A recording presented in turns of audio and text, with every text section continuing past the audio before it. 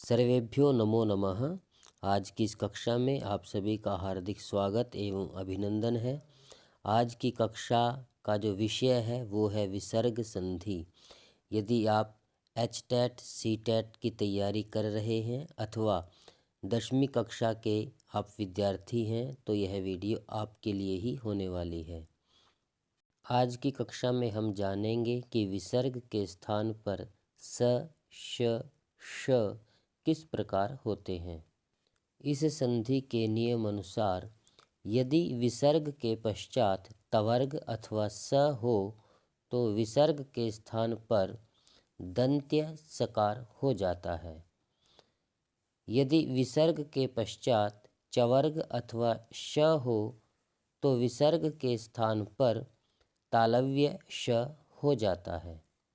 यदि विसर्ग के पश्चात टवर्ग अथवा श हो तो विसर्ग के स्थान पर मूर्धन्य श हो जाता है।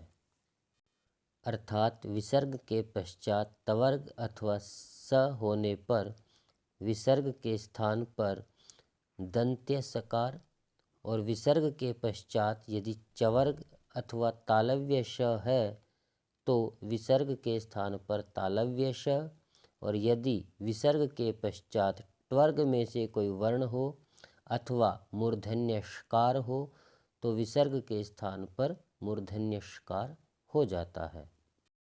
जैसे नमः जम ते, यहाँ विसर्ग के पश्चात त्वर्ग का वर्ण होने के कारण विसर्ग के स्थान पर दंत्य सकार का निर्माण हुआ। नमस्ते।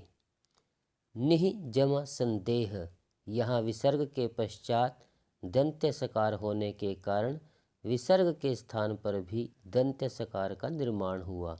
निस्संदेह।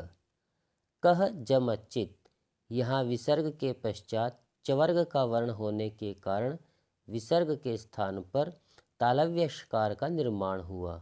कश्चित।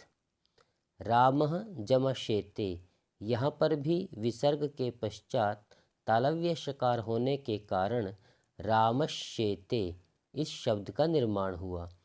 धनुः जमटंकारः, यहाँ विसर्ग के पश्चात टवर्ग होने के कारण विसर्ग के स्थान पर मूर्धन्य षकार हुआ, अतः धनुष्टंकारः। रामः जम षष्ठः, यहाँ विसर्ग के पश्चात मूर्धन्य षकार होने के कारण विसर्ग के स्थान पर भी मूर्धन्य षकार का निर्माण हुआ, अतः रामषष्ठः इस शब्द का निर्माण हुआ। आशा है कि आप इस संधि को सरलता पूर्वक समझ गए होंगे। कुछ उदाहरण यहाँ दिए जा रहे हैं, आप स्वयं करने का प्रयास कीजिए। धन्यवाद।